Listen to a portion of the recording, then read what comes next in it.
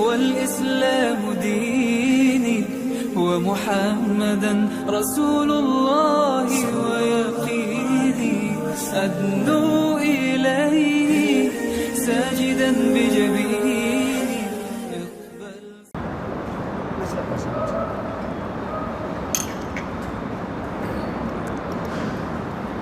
جو حضرات ذرا دور دور تشریف فرمائیں، قریب قریب بھی آ جائیں اگر کوئی مشکل نہیں ہے تو. اعلیٰ حضرت امام علیہ سنت امام احمد رضا خان علیہ رحمۃ الرحمن اور حضور داتا گنج بخش رحمۃ اللہ تعالی علیہ کے عرس کے سلسلے میں ہم یہاں بیٹھے ہیں. اللہ تبارک و تعالیٰ ان دونوں بزرگوں کی برکات ہمیں نصیب فرمائے. اعلیٰ حضرت رحمۃ اللہ تعالی علیہ کا جہاں تذکرہ ہو اور آپ کی ذات کا تذکرہ ہو اور آپ کے نعتیہ اشعار کا تذکرہ نہ ہو یا آپ کی نعتیں نہ ہوں وہاں پہ، یہ کیسے ہو سکتا ہے؟ تو آپ کو اعلیٰ حضرت رحمۃ اللہ تعالی علیہ کا ایک بہت ہی خوبصورت کلام سناتا ہوں. اعلیٰ حضرت رحمۃ اللہ تعالی علیہ فرماتے ہیں، ایک دفعہ مل کے درود پاک پڑھ لیجیے. صلی اللہ علیہ یا رسول اللہ وسلم علیک یا حبیب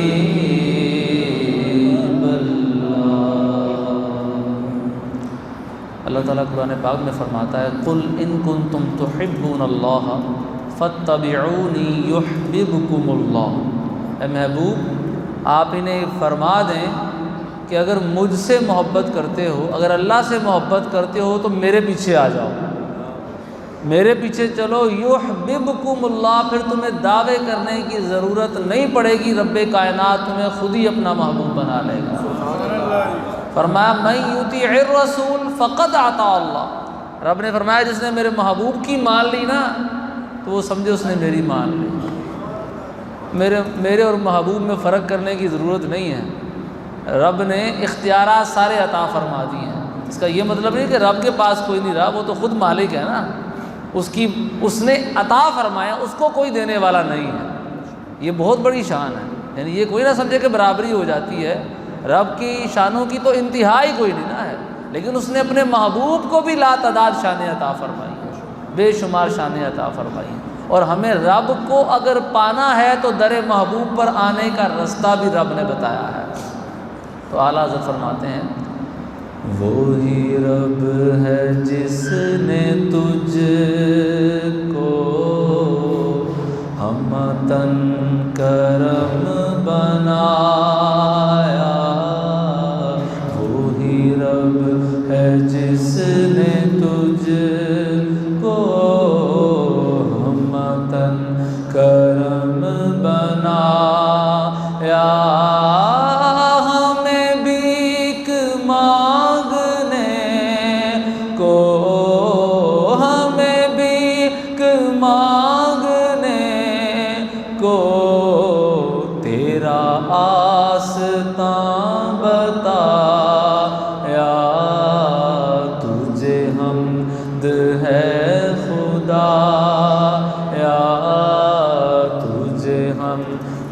ہے خدایا تجھے حمد ہے خدایا.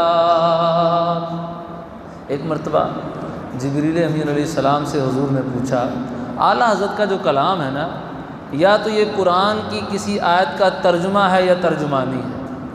آپ کو یا تو قرآن ملے گا یہاں پہ، یا تو حدیثیں ملیں گی، یا بزرگوں کی باتیں ملیں گی. یعنی اتنا اتھینٹک نعتیہ کلام ہے کہ کسی اور کا لکھا ہوا ایسا کلام نہیں ملتا. جبریل امین علیہ السلام سے ایک دفعہ پوچھا حضور نے، اے جبریل تو نے مشرق و مغرب گھوما، کیا میرے جیسا بھی کہیں دیکھا؟ کیا میرے جیسا کہیں دیکھا؟ تو جبریل نے عرض کی، یا رسول اللہ صلی اللہ تعالیٰ علیہ وسلم، میں نے مشرق و مغرب گھوما، میں نے سارا جہاں گھوم لیا، لیکن قسم خدا کی آپ جیسا میں نے کہیں نہیں دیکھا. اعلیٰ حضرت فرماتے ہیں، یہی بولے سدرہ والے چمن جہاں کے تھالے، یہی بولے سدرہ والے چمن جہاں کے تھالے سبھی میں نے چھان ڈالے پر تیرے پائے کا نہ پایا تجھے یک نے یک بنایا تجھے یک نے یک بنایا تجھے حمد ہے خدایا تجھے حمد ہے خدایا۔ حضرت عیسیٰ علیہ السلام کی شان کتنی عرفہ والا ہے کہ آپ ایک معجزاتی شکل میں پیدا ہوئے ہیں، ایک کراماتی صورت میں آپ کی پیدائش ہوئی، بغیر باپ کے آپ کی پیدائش وجود میں آئی۔ کنواری مریم، حضرت مریم رضی اللہ تعالیٰ عنہ جو کنواری تھی، ان سے آپ کی پیدائش ظہور پذیر ہوئی، یہ اللہ کا کرشمہ تھا۔ تو آپ کی ذات کی پیدائش ایک اللہ کا کرشمہ ہے، اللہ کی نشانی ہے۔ اور آدم علیہ السلام نہ ماں نہ باپ، وَنَفَخْتُ فِيهِ، قرآن کہتا ہے ہم نے آدم میں اپنی روح پھونک دی، وَنَفَخْتُ فِيهِ رُوحِي، ہم نے ان میں اپنی روح پھونک دی۔ نہ ماں نہ باپ، اللہ تبارک و تعالیٰ نے آدم علیہ السلام کی جو پیدائش ہے وہ بھی ایک نشانی کے طور پر تھی، اپنی نشانی کے طور پر۔ بڑی شانوں والے انبیاء ہیں، بڑی عظمتوں والے انبیاء ہیں، لیکن میرے اور آپ کے آقا صلی اللہ علیہ وآلہ وسلم پیدا ہوئے، ماں بھی تھے، ماں بھی تھی اور باپ بھی تھا۔ عام جس طرح بچے پیدا ہوتے ہیں اس طرح پیدا ہوئے، لیکن رب نے شان سب سے زیادہ عطا فرمائی۔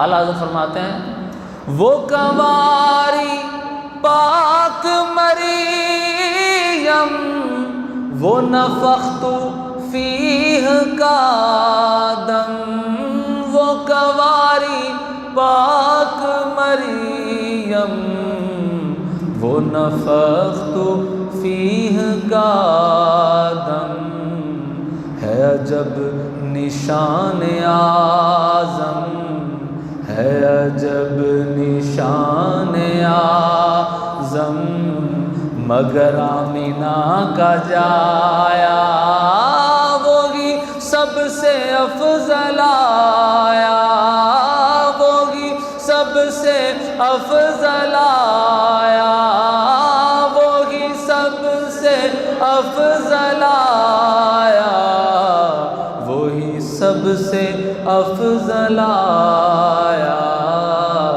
تجھے حمد ہے خدایا، تجھے حمد ہے خدایا۔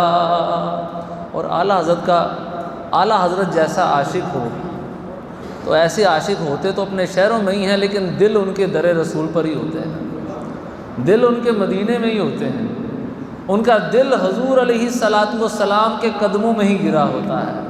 تو اعلیٰ حضرت خود ہی اس چیز کا اظہار کرتے ہیں، فرماتے ہیں ارے اے خدا کے بندو کوئی میرے دل کو ڈھونڈو، ارے اے خدا کے بندو کوئی میرے دل کو ڈھونڈو، میرے پاس تھا بھی تو ابھی کیا ہوا خدایا، نہ کوئی گیا نہ آیا، نہ کوئی گیا نہ آیا۔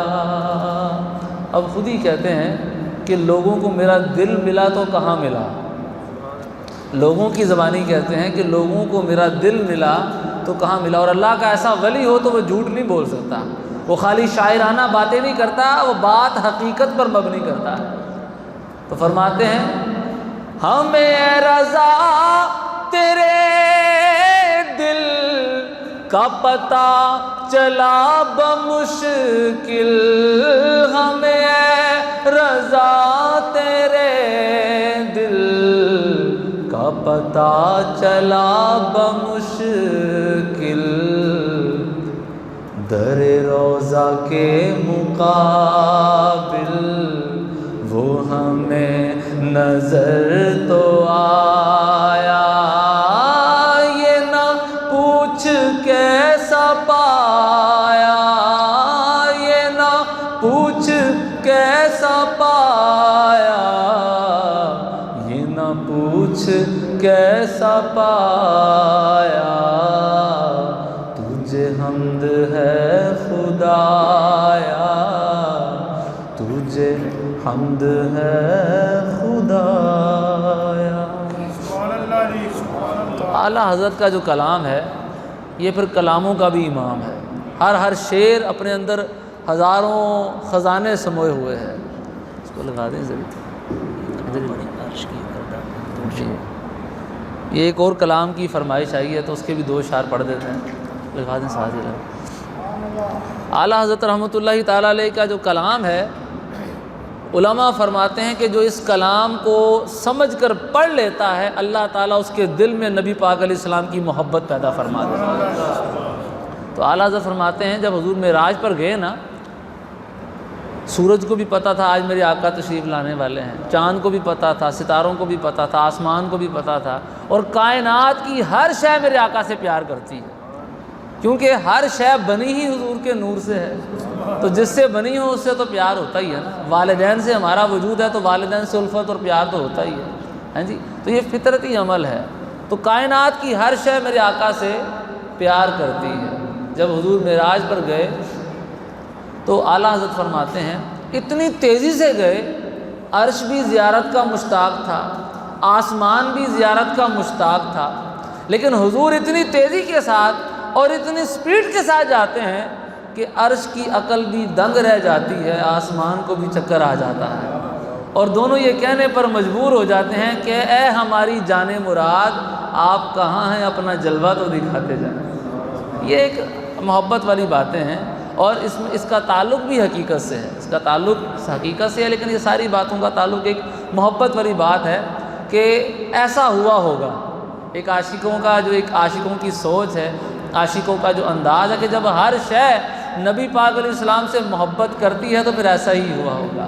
تو اعلیٰ حضرت فرماتے ہیں عرش کی عقل دنگ ہے، چرخ میں آسمان ہے، چرخ میں آسمان ہے، جانے مراد اب کدھر، ہائے تیرا مکان ہے، ہائے تیرا مکان ہے، اور بزم ثنائے زلف میں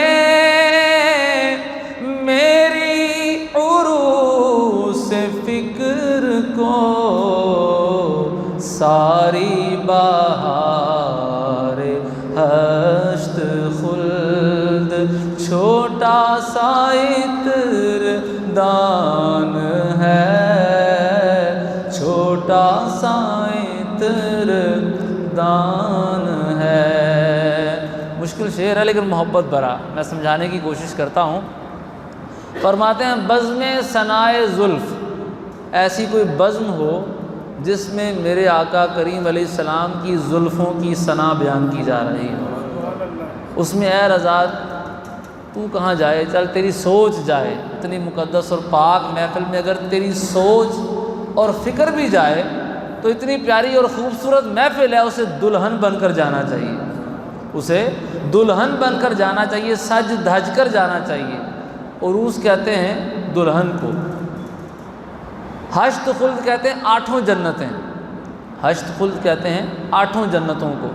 اب یہ جو دلہن، یہ جو سوچ بزم ثنائے زلف میں جا رہی ہے، اسے دلہن بن کر جانا چاہیے، تو دلہن سجتی دھجتی ہے، خوشبو لگاتی ہے، تیار ہوتی ہے، تو یہ جو سوچ دلہن بن کر جا رہی ہے، اسے خوشبو کون سی لگانی چاہیے، کیونکہ یہ جا رہی ہے کہاں، بزم ثنائے زلف میں جا رہی ہے، اس محفل میں جا رہی ہے کہ جہاں میرے آقا کریم علیہ السلام کی زلفوں کی تعریف ہو رہی ہے۔ اب دنیا کی خوشبو تو نہیں نا جچتی، اس کے لیے جو خوشبو ہوگی وہ بھی جنتی خوشبو ہوگی، خوشبو بھی جنتی خوشبو ہوگی، اور 8 جنتوں سے خوشبو اکٹھی کر کے لائی جائے گی، لیکن وہ 8 جنتوں سے اکٹھی کی ہوئی خوشبو اس محفل کی شان کے مقابلے میں ایسے ہے جیسے چھوٹا سا عطردان ہوتا ہے۔ تو اعلیٰ حضرت فرماتے ہیں بزم ثنائے زلف میں میری عروس فکر کو ساری بہار ہشت خلد چھوٹا سا عطردان ہے، چھوٹا سا عطردان ہے۔ اور اعلیٰ حضرت فرماتے ہیں انس کہتے ہیں انسانوں کو، اس کی جمع ہے انس اردو میں، انس کہتے ہیں محبت کو۔ اعلیٰ حضرت فرماتے ہیں ایک تیرے رخ کی روشنی آقا چین ہے دو جہان کی۔ سبحان اللہ کہنا تو چاہیے، اگر سمجھ آتی ہے تو سبحان اللہ۔ ایک تیرے رخ کی روشنی چین ہے دو جہان کی، انس کا انس اسی سے ہے، بلکہ جان کی وہ ہی جان ہے، جان کی وہ ہی جان ہے، انس کا انس اسی سے ہے، جان کی وہ ہی جان ہے، جان کی وہ ہی جان ہے۔